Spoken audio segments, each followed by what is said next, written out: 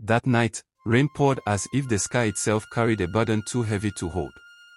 Adi sat by her window, watching each drop slide down the glass like a tear she didn't know how to cry. She wrapped a shawl tightly around her shoulders, but the cold inside her chest remained. Some nights she felt like she was healing. Other nights, like this one, she felt as if she was falling apart all over again.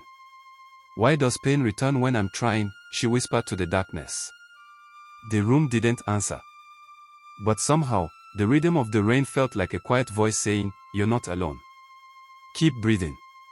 She rested her forehead on the window and let the rain sink to her until sleep finally pulled her under.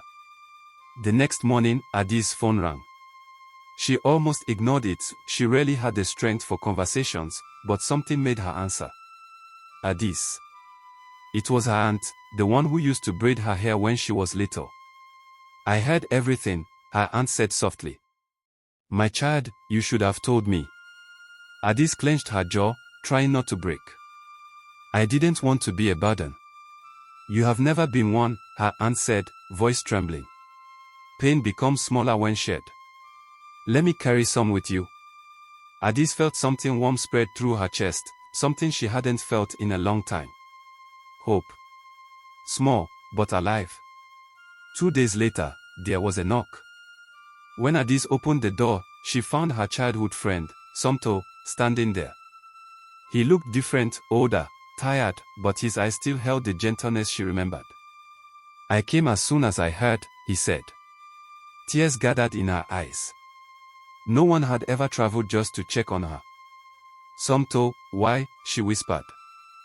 "Because you were there for me when everybody mocked me in school," he said. "You didn't walk away then. I won't walk away now." Adi swallowed hard. Healing wasn't only in medicines. Sometimes healing came in the form of people who refused to let go. Somto stayed for days, cooking, cleaning, sitting with her during silence. He didn't ask her to talk. He didn't rush her. And one evening, without warning, Adis broke. She cried until her knees gave way. Cried from anger, from exhaustion, from the years of carrying pain with no place to drop it. Somto held her, not saying a word. When her sobs slowed, she whispered, "Why does it still hurt?" "I'm trying."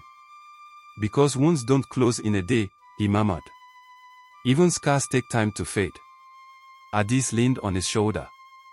And for the first time, crying felt like release, not weakness. Weeks passed. Adis wasn't fully healed. She still woke up some days with fear in her throat. She still had nights where memories dragged her back to the darkness. But something had changed. She laughed again, just a little. She walked outside and allowed the sun to touch her face.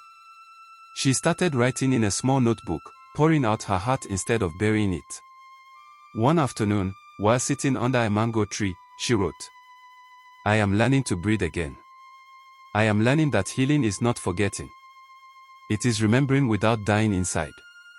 She looked up at the sky, and for the first time in a long while, she felt like she still had a future. A soft one.